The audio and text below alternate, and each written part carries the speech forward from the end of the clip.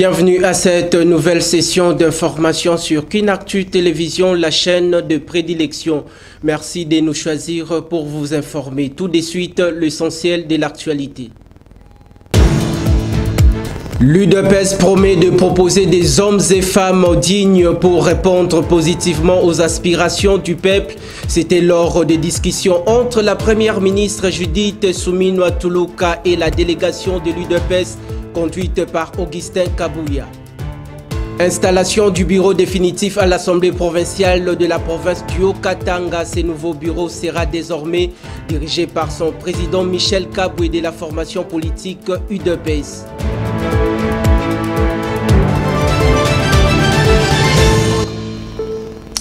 Une fois de plus, merci de nous rejoindre. Démarrons par les consultations gouvernementales. La première ministre, chef du gouvernement Judith Suminwa Tuluka, a échangé le vendredi 19 avril dernier avec l'Union pour la démocratie et le progrès social UDPS Tshisekedi, conduite par son secrétaire général Augustin Kabouya. La première force politique de la majorité parlementaire a été informée des critères pour faire partie de la prochaine équipe gouvernementale, mais aussi les axes prioritaires du programme du nouveau gouvernement qui devra être présenté dans les prochains jours devant la représentation du peuple. Dans le même ordre d'idées, la déclaration des groupes armés de la province de l'Ituri pour la paix durable le vendredi dernier dans la ville de Bunia devant le gouverneur militaire Luboya Kanchama Johnny et le vice-premier ministre en charge de la défense nationale Jean-Pierre Bemba Gombo, qui a été accompagné par des hauts cadres des forces armées de la République démocratique du Congo. Voici cet extrait choisi par Gratien Kiumbu. De cessation des hostilités. Nous, les groupes armés de l'Ituri, Codeco, FRPI, FPIC, Autodéfense et MAPI, réunis à date du 19 avril 2024 sous la haute responsabilité de son Excellence, Monsieur le vice-premier ministre et ministre de la Défense nationale, Jean-Pierre Bemba, prenons l'engagement de cesser immédiatement les hostilités dans les terrains de la paix. Notez bien, tout contrevenant au présent acte se verra sanctionné par les actions militaires ou judiciaires. Fait à Bounia, le 19 avril 2024, pour autodéfense des communautés victimes de l'Ituri, vous défendez de Jean-Marie le porte-parole, pour la FRPI, Monoubi, pour la Codeco, Bassa Zupa Gerson, pour MAPI, Djangouliripa, pour la FPIC, Tondabo Kakani, alias Hérode. Rendons-nous cette fois-ci dans le Grand Katanga. L'Assemblée provinciale de la province du Haut-Katanga dispose de son nouveau bureau définitif élu vendredi 19 avril dernier dans la ville de Lubumbashi. Le dit bureau sera désormais dirigé par son président Michel Kaboué de la formation politique UDPS. Retrouvez dans ses commentaires.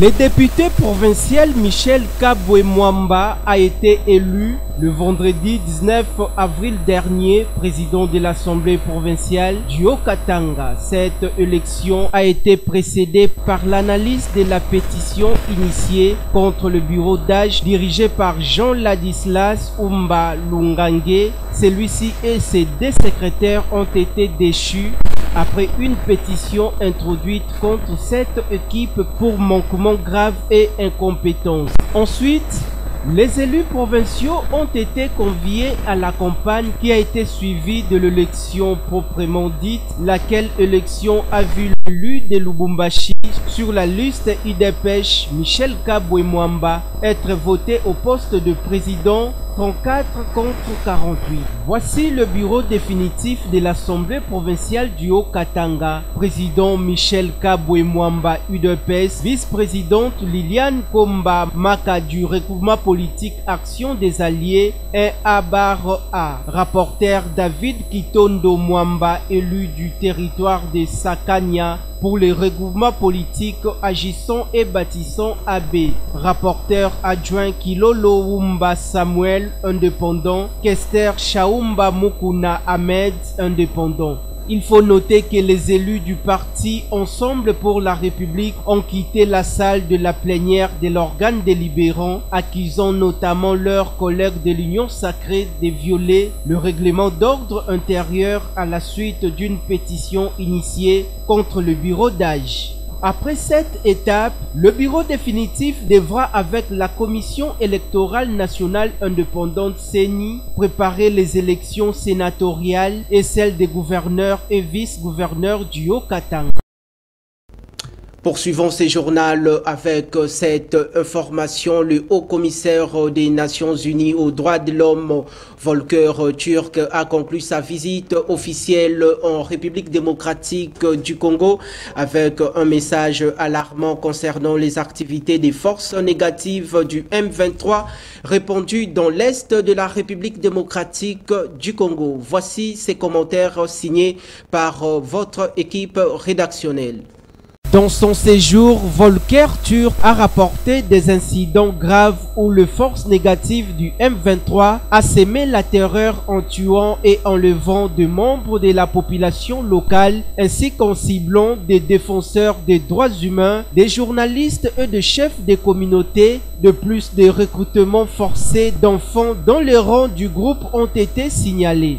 Le haut-commissaire a souligné que depuis octobre dernier, environ 500 000 personnes ont été déplacées à cause de l'expansion territoriale du M23, portant le total de déplacés dans la région à près de 2,7 millions. Ces déplacés massifs exacerbent une crise humanitaire déjà désastreuse. Türk a également noté une augmentation significative de violences sexuelles, particulièrement dans les zones de conflit et dans les camps des déplacés comme celui de Boulengo à Goma, où les femmes et les filles sont extrêmement vulnérables. Face à cette crise d'ordre humanitaire, le haut-commissaire a exhorté les nations soutenant des groupes armés ou ayant une influence sur eux à prendre leurs responsabilités pour mettre fin aux hostilités. Il a spécifiquement appelé le Rwanda à cesser son soutien présumé aux forces négatives du M23 et à collaborer à la recherche d'une résolution pacifique et durable du conflit. Sur le terrain, les affrontements ont continué avec le récent combat entre le milice local Wazalendo et les rebelles du M23. Ces affrontements se sont concentrés dans la chefferie de Bwito, territoire de Rutshuru, où les Wazalendo ont tenté de repousser les forces négatives du M23 de plusieurs localités ciblées. Un campement du M23 à Kabanda a été incendié et les miliciens ont temporairement repris le contrôle de Kibirizi avant de se retirer. Notons par ailleurs que cette situation critique souligne l'urgence de répondre à la crise des droits humains en République démocratique du Congo, où les actions des groupes armés continuent de menacer la stabilité régionale et la sécurité des populations innocentes. Dans un autre registre, la société civile demande le retour rapide de députés provinciaux à Mbandaka en vue de poursuivre les travaux de préparation des élections des sénateurs et gouverneurs de 26 provinces de la République démocratique du Congo prévues le 29 avril dans cette partie de la République démocratique du Congo. C'est ce qu'a déclaré le vendredi 19 avril dernier à Mbandaka Fabien Mungunza, coordonnateur du cadre des concertations de la société civile de la province de l'Équateur. Suivez. La société civile demande le retour rapide des députés provinciaux en Mbandaka en vue de poursuivre les travaux de préparation des élections des sénateurs et gouverneurs de province. C'est ce qu'a déclaré vendredi 19 avril dernier dans cette partie du pays Fabien Mungunza, coordonnateur du cadre de concertation de la société civile de l'Équateur. Dans cette déclaration, la société civile demande au vice-premier ministre en charge de l'Intérieur, Peter Kazadi Kankonde, de trouver rapidement une solution à la crise politique actuelle à l'Assemblée provinciale de l'Équateur. Deux bureaux définitifs parallèles sont en consultation administrative au ministère de l'Intérieur à Kinshasa depuis une semaine. La société civile de l'Équateur recommande déjà aux députés provinciaux de voter utile pour l'intérêt de la population aux élections indirectes des sénateurs, gouverneurs et vice-gouverneurs. Elle appelle également le service de sécurité et à la justice à sortir de leur passivité en vue d'accompagner loyalement et fidèlement les missions qui leur sont dévolues. Le cadre de concertation de la société civile de l'Équateur condamne les accusations de corruption dont certains députés provinciaux sont l'objet de la part de leurs partis politiques et de la population électrice. Sur ce point, la société civile propose au Parlement congolais et à la Commission électorale nationale indépendante CENI que, à l'avenir, les élections des sénateurs et gouverneurs de province soient faites directement par la population. Par ailleurs, si la crise politique persiste à l'Assemblée provinciale de l'Équateur, une marche pacifique de protestation sera organisée très prochainement, a conclu Fabien Munganza, président de la société civile. Dans le même ordre d'idées, l'acteur politique Trésor Likonza salue le vice-premier ministre en charge de l'Intérieur Peter Kazadi pour son implication personnelle en ce qui concerne les dossiers liés au dysfonctionnement de l'Assemblée provinciale de l'Équateur. Suivez. La population locale qui est au courant de tout doit attendre du ministre de l'Intérieur seulement des solutions. Et comme nous ne sommes pas le porte-parole du vice-premier ministre, le ministre de l'Intérieur, nous pouvons simplement lui envoyer un message de la paix. Qu'il travaille pour qu'il y ait la paix au sein de l'Assemblée provinciale de l'Équateur. Et ce qu'il peut faire, après avoir écouté tout le monde, comme il a appelé tous les députés provinciaux, je crois qu'il aura toutes les versions des faits, de part et d'autre. La solution à prendre, en tout cas à mon avis, c'est de remettre les compteurs à zéro, de renvoyer les bureaux provisoires qui étaient mis en place pour organiser dans de très bonnes conditions les élections des membres du bureau définitif. Et pour qu'il n'y ait plus des désordres comme nous venons de les vivre, le VPM de l'Intérieur peut, parce qu'il est libre de le faire ou pas, envoyer une délégation pour accompagner tous ces députés et ses conseillers ou les membres de son cabinet pour superviser, pour être présents aux élections des membres du bureau définitif et que la police assure la sécurité, seule la police. Nous ne voulons pas que l'armée puisse se mêler aux affaires d'une assemblée provinciale alors qu'une assemblée provinciale relève des affaires intérieures du pays et chaque ministre est responsable de son secteur. Autre chose dans ce journal, l'autorité de régulation de la sous-traitance dans le secteur privé en République démocratique du Congo vient de démanteler un réseau des actionnaires figurants utilisés par leurs patrons au sein de 9 entreprises de la sous-traitance exécutant des grands marchés au sein des sociétés principales Metalcol, Frontier, Boss Mining et Comidé installées dans les provinces du Lualaba et au Katanga. Cette action de l'ARSP est sous la direction de son directeur général Miguel Katembe Kachal et les résultats d'une mission menée dans cette partie de la République démocratique du Congo. Retrouvez ces commentaires réalisés par nos confrères de la cellule de communication de l'ARSP. Un réseau des actionnaires figurants utilisés par leurs patrons œuvrant au sein de 9 entreprises de la sous-traitance exécutant de grands marchés au sein de certaines entreprises, principalement Metalcol, Frontière, Boss Mining et Comidé, vient d'être démantelé par l'autorité de régulation de la sous-traitance dans le secteur privé, ARSP en sigle. En effet, l'ARSP a annoncé avoir déjoué un réseau faisant échapper plus de 535 millions de dollars américains pour fraude au sein des entreprises minières telles que précitées, qui sont installées dans les provinces de Lualaba et du Haut-Katanga. Il s'y est noté que cette réalisation par les chefs de cette institution décision étatique est le résultat d'une mission de contrôle effectuée dans le Grand Katanga qui a abouti à la découverte de cette flagrance liée au phénomène prête-nom dans le domaine de la sous-traitance. Par ailleurs, afin d'élucider ces dossiers, le directeur général de l'ARSP avait organisé une séance d'audition au cours de laquelle un représentant de la société Eurasian Resources Group, ERG en sigle, y a pris part. Dans ton site, Messieurs Pavel, les avocats des directeurs de l'ARSP et tous les associés figurants des 9 sociétés de la sous-traitance qui étaient concernés, entre autres Rocada, Rocher Solide, Standard Fiable, Technologie Globale, Étalon SA, Surtech, Socom, Transversal ainsi que Vision. Signalons qu'au cours de cette séance d'audition, il a été résolu que le ERG, qui appartient à des sujets russes et kazakhs, s'est malicieusement arrangé afin de créer ces 9 sociétés précitées dans lesquelles les Congolais ont été placés à de parts sous-traitance, faisant suite afin qu'ils soient majoritaires et réussir ainsi à échapper à la loi congolaise de la sous-traitance qui dispose de plus de 50% devront être retenus par des Congolais. Abordons cette fois-ci les questions liées à la santé. La prostate, une maladie mal connue mais courante chez les hommes.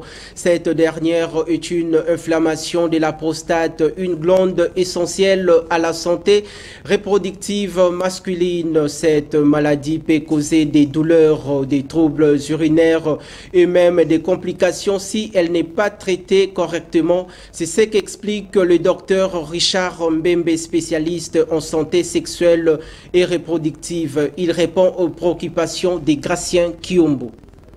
La prostatite, c'est une inflammation de la prostate, tandis que la prostate, c'est une glande de l'appareil reproducteur masculin.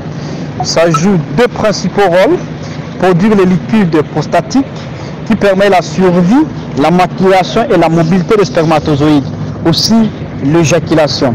Les causes de la prostatite, nous avons les causes inflammatoires, nous avons les infections d'origine bactérienne et les troubles du système immunitaire. Pour prévenir l'hypertrophie de la prostate, il y a des études ces derniers jours qui montrent qu'il faut avoir une activité sexuelle régulière. Ça vous permet de libérer la prostate. Il faut éviter les infections. Et comme conseil sur l'automédication, nous pouvons demander à la population d'éviter l'automédication concernant la maladie de la prostatite. Il faut se faire consulter par un médecin. Les diagnostics, une fois posés, on va prescrire le médicament.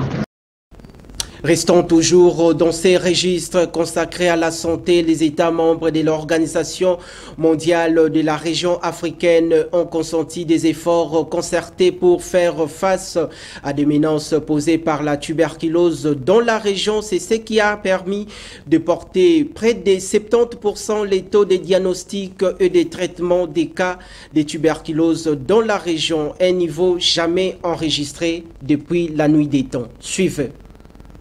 Les États membres de l'Organisation mondiale de la santé de la région africaine ont consenti des efforts concertés pour faire face à la menace posée par la tuberculose dans la région, ce qui a permis de porter près de 70% les taux de diagnostic et de traitement des cas de tuberculose dans la région, un niveau jamais enregistré. En effet, selon le rapport 2023 de l'OMS sur la lutte contre la tuberculose dans le monde, bien que les taux de détection des cas soient en hausse depuis 2018 dans le monde, il est important de souligner une augmentation considérable de ces taux de détection dans la région africaine entre 2020 et 2022, passant de 60 à 70% des cas détectés. Selon l'Organisation mondiale de la santé, il convient aussi de noter la réduction notable constatée en ce qui concerne le nombre de cas de tuberculose non diagnostiqués. Selon les estimations, un total de 700 000 personnes n'ont pas été diagnostiquées en 2022, soit une diminution de 10% par rapport à 2021. Dans l'ensemble de la région, les décès dus à la tuberculose ont baissé de 38%, tandis que le nombre de nouveaux cas a diminué de 23% en 2022 par rapport à 2015. Le pays confronté à une forte prévalence de tuberculose ont quant à eux dépassé la cible intermédiaire fixée pour 2025, à savoir la réduction du nombre de décès dus à la tuberculose. En 2022, le plan mondial pour mettre fin à la tuberculose 2018-2022 estimé à 3,9 milliards de dollars américains le besoin de financement annuel nécessaire dans la région africaine pour atteindre le cible fixé. Toutefois, seulement 890 millions de dollars américains ont été mobilisés pour la prévention, le diagnostic et le traitement de la tuberculose. La même année, des financements nationaux dans la région africaine représentaient environ 46% des fonds alloués à la lutte contre la tuberculose, contre 54% pour le financement international. D'un dossier à un autre, la capitale congolaise fait face à la prolifération de constructions anarchiques des stations-service dans la ville-province de Kinshasa, chose qui devient un phénomène récurrent. Les cas du tronçon de l'avenue des universités qui dispose en lui d'une douzaine de stations de service. Face à cette multiplicité qui devient de plus en plus remarquable à cet effet, Jean Mangalibi, environnementaliste, contacté par votre rédaction, estime que cela est dû à la mauvaise gouvernance de la part du ministère de l'Urbanisme et Habitat, des hydrocarbures et de l'environnement. Il est joint au micro de votre rédaction. Bon, là, d'abord, c'est une mauvaise gouvernance. Ça, on doit arriver à savoir. On a eu affaire à des warriors, entre guillemets, où ils étaient warriors, mais dans le mal, ou dans la médiocrité, s'il faut utiliser vraiment les mots. Parce que voir la manière dont les stations d'essence, malgré, je crois, il y a de cela 2 ans, il y a eu une réunion des conseils des ministres où le président de la République avait tapé sur la table pour qu'on revoie la situation. Mais c'est comme si il avait parlé dans le vide, dans le sens qu'il y a, comme on dit, la parole d'un chef. Ça fait d'office d'une loi, mais c'est fait que les warriors dans le mal ont fait assez que bon, ils n'ont pas pu respecter cette parole. Et quand on voit aujourd'hui, par rapport, je crois, il y a de cela 2 ans, au niveau des avenues des universités entre Victoire et Boulevard Réseau, il y avait 12, mais aujourd'hui il y a 14 stations d'essence. Or, cette partie, ça fait à peine, je crois, c'est moins de 10 km, ce qui n'est pas normal. Ça montre qu'on a eu des soucis. D'abord par rapport au ministère de l'Urbanisme et Habitat, parce que ça c'est un problème urbanistique. Il y a le ministère hydrocarbures et le ministère de l'Environnement. Parce que pour chaque projet, à la fin, il faut qu'il y ait l'étude par rapport à l'impact environnemental. Mais quand on voit la manière dont les choses se sont passées, normalement, une station d'essence, il doit être au moins à plus de 50 mètres des maisons d'habitation. Mais aujourd'hui, on a des stations qui sont vraiment dans des parcelles de gens. Ça montre que c'est vraiment un échec par rapport à la manière dont le Congo a été géré dans ce secteur-là pendant les 5 ans qu'on vient de terminer. Parlons cette fois-ci de valeurs nutritives. Que savez-vous de la citronnelle? Découvrons ensemble ce que la rédaction vous propose. La citronnelle ou verveine de Inde, de son nom scientifique Symbopogon citratus, est une espèce de plante herbacée tropicale cultivée pour ses tiges et feuilles aux qualités aromatiques. La citronnelle possède plusieurs vertus. Ces tiges fraîches sont employées dans la cuisine pour leur goût citronné, infusées dans le bouillon ou le plat en sauce. Mais ce sont leurs vertus anti-moustiques qui sont le plus connues. Ce n'est pourtant pas la seule qualité de cette plante médicinale dont les feuilles sont traditionnellement utilisées dans d'autres indications. Retenons que la citronnelle a des propriétés digestives, elle soutient le fonctionnement des reins, elle est anti-inflammatoire et antidouleur sous sa forme d'huile essentielle en cas de rhumatisme et d'arthrite. L'huile essentielle de citronnelle a également des vertus anxiolytiques. Enfin, en cas de forte transpiration des pieds, cette huile exerce une action déodorante et régulatrice. Il est également possible de mettre quelques gouttes dans ces chaussures pour éviter le mauvais odeur. Clôturant par le bulletin météorologique, c'est dimanche à Kinshasa, il y aura quelques nuages sans conséquences et de nombreuses éclaircies. Retenez que la température dans la capitale congolaise sera de 23 degrés Celsius, mais la température ressentie plus chaude sera soit 25 degrés Celsius. La force du vent oscillera aux alentours d'1 km par heure, tandis qu'à l'après-midi, le soleil sera majoritaire et dominé par une température qui atteindra les 35 degrés Celsius. Et enfin, dans la soirée, le temps sera fortement orageux. La température retombera vers 29 degrés Celsius.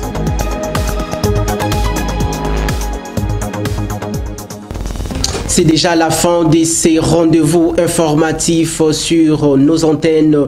Vous venez à peine de nous rejoindre. Place au rappel des titres. L'UDPS promet de proposer des hommes et femmes dignes pour répondre positivement aux aspirations du peuple. C'était lors des discussions entre la première ministre Judith Suminwa Tuluka et la délégation de l'UDPS conduite par Augustin Kabouya. Installation du bureau définitif à l'Assemblée provinciale de la province du Haut-Katanga. Ce nouveau bureau sera désormais dirigé par son président Michel Kaboué de la formation politique UDPS.